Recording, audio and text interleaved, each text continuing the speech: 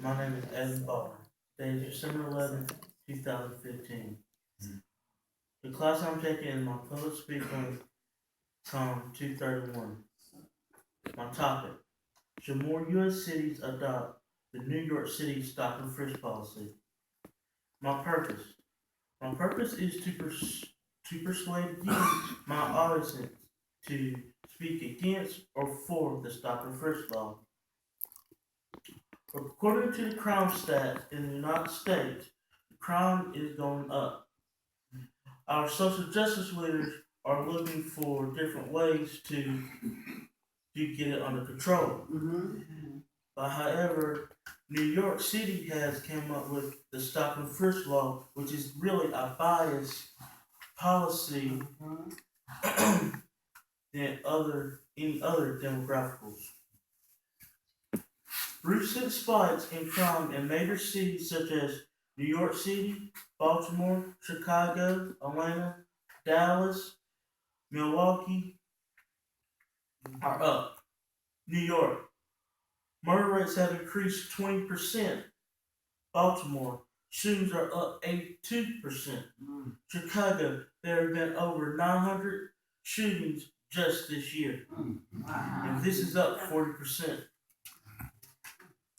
Los Angeles, violent crime rates are up more than 25%. Cities are developing more officers to put on the street in Los Angeles. And Dallas, violent crime rates are up 10%. Atlanta, Georgia, homicides are up 32%. Milwaukee, how many of y'all ever hear anything on the news about Milwaukee? Oh, yes. Milwaukee's homicides have increased 180%. Wow. But all of this is caused by mostly racial tension. According to Newmax, the rise of crime is contributed by the Ferguson. Like Trayvon Martin, he was killed in Ferguson. Well, Michael Brown was killed in Ferguson. Trayvon Martin was killed by George Zimmerman just for walking through the street. All he did was go get a soda and some cookies. Michael Brown, he was killed by a white cop. He was unarmed in Ferguson. Jordan Jordan Davis. Jordan Davis was sitting in the car hanging with his friends. A white guy that had his concealed weapon permit pulled out a gun and opened fire on him 10 times. Wow. Only one out of all four of them get killed, and he got shot at all his major arteries. Three major arteries. Wow. Eric Garner, he was in New York. He broke up a fight between two guys on the street, and the cops took him down for breaking up the fight. They put him in a chokehold. They have a video on YouTube of him breaking up the fight. In the video, you can hear him in the background screaming, "I can't breathe! I can't breathe!" He died.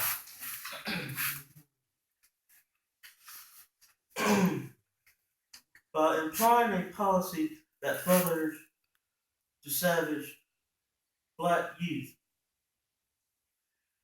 leads to high racial tension, increase in bias incarceration, which is they put more minority blacks or Latinos in jail for no apparent reason, increase in violent crimes.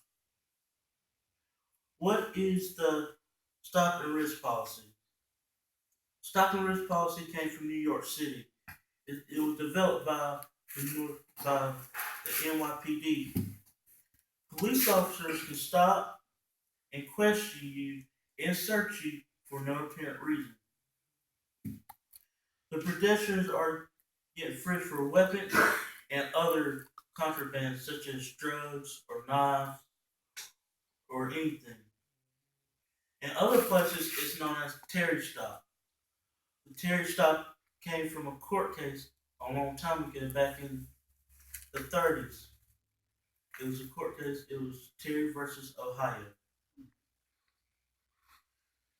Vast majority of people who are stopped are African Americans and Latinos. I watched this video before about a Latino guy. He was stopped on the street. He was walking home from his girlfriend's house. He got stopped a couple of blocks before. Got stopped by the same cops again. His dad was a traffic cop. It's on YouTube. It's called The Hunted and the Hated. When you have a chance to watch that video, it teaches you. It has a recording of him getting stopped and frisked. His dad's a traffic cop, and they pointed that out to him. He said yes, but that has nothing to do with the way y'all stopping me or frisking me. Mayor Bill de Blasio said that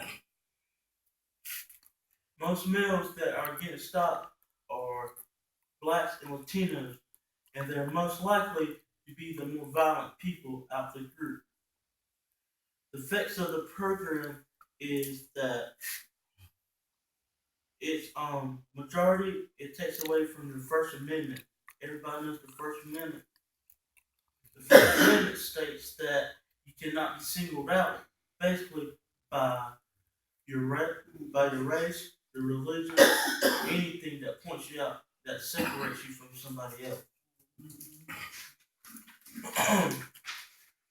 The stop and frisk policy takes attention away from white criminals. White collar crimes are mostly committed by white males, and it can also damage and money laws than the street crime. Damage societies. Further make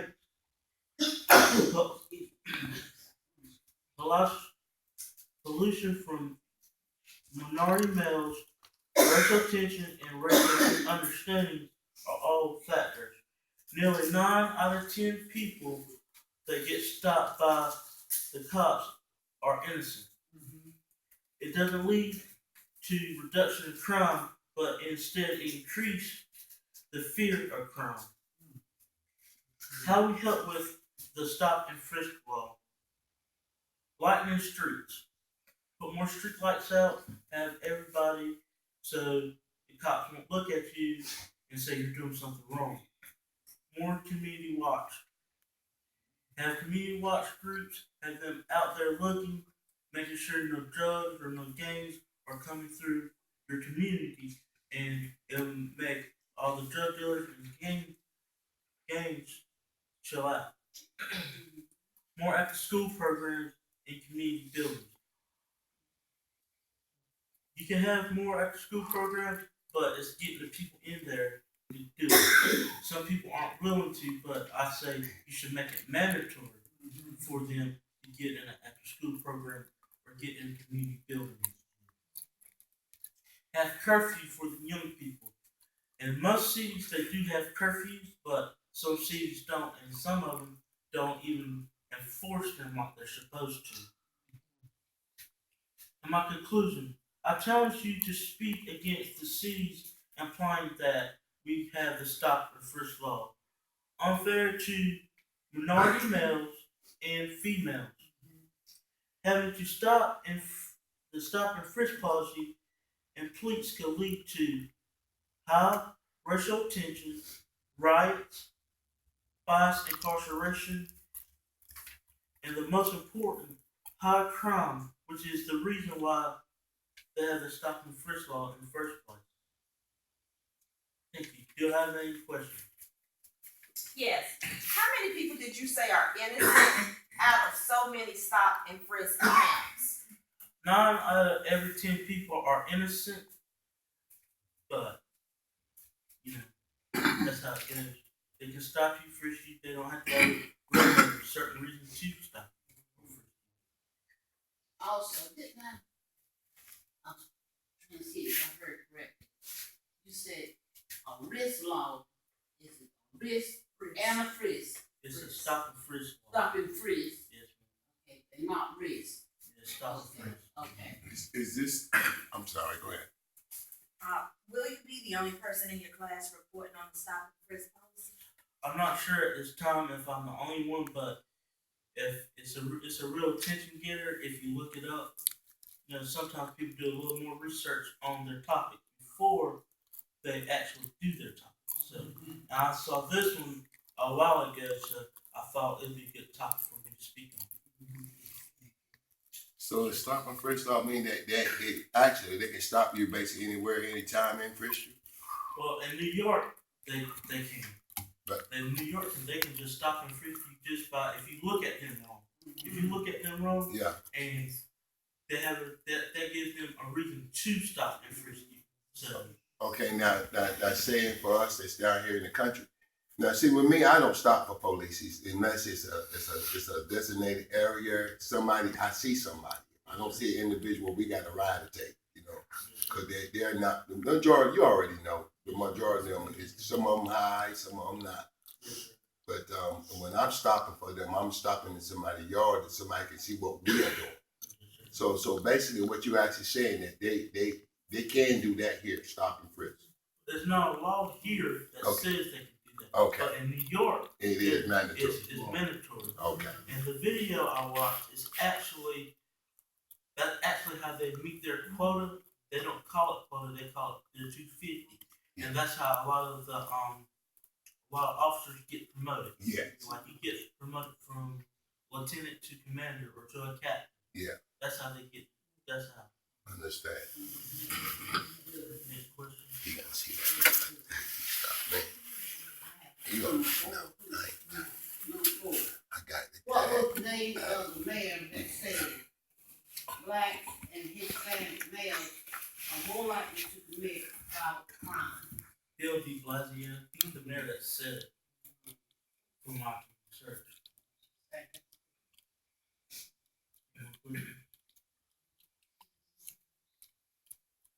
How can we stop this policy from coming to North Carolina? The way you stop the policy from coming to North Carolina is you get in contact and send your letters to all your leaders, to your county commissioners, to your senators. You have everybody get together and have a petition made. That's how you stop it. You just don't let it just sit there and mingle around. You just gotta have a lot of people there, get there, and get everybody to contribute, especially in your blacks and Hispanics.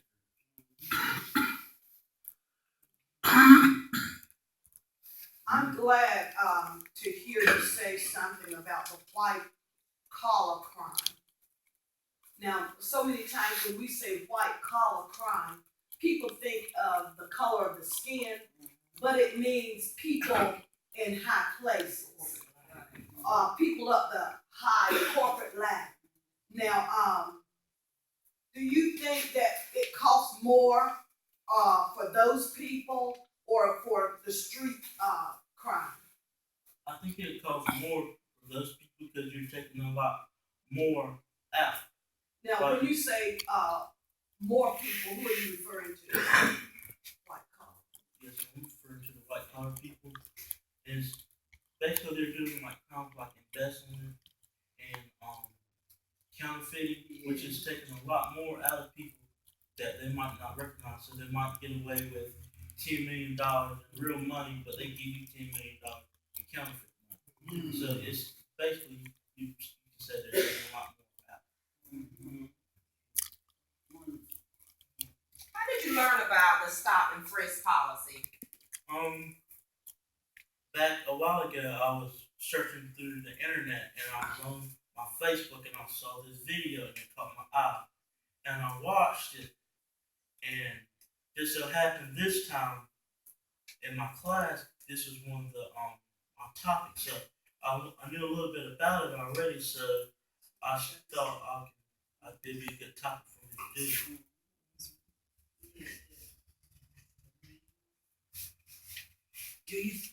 Do you think that the stop and frisk policy was developed for just one race of people? Well, I don't think it was developed for one race of people. I think it was developed for more minorities and Latinos. I think that's what because they look at that as them having the face of most of the crime in New York. I think you did an awesome job with your presentation. It was really good.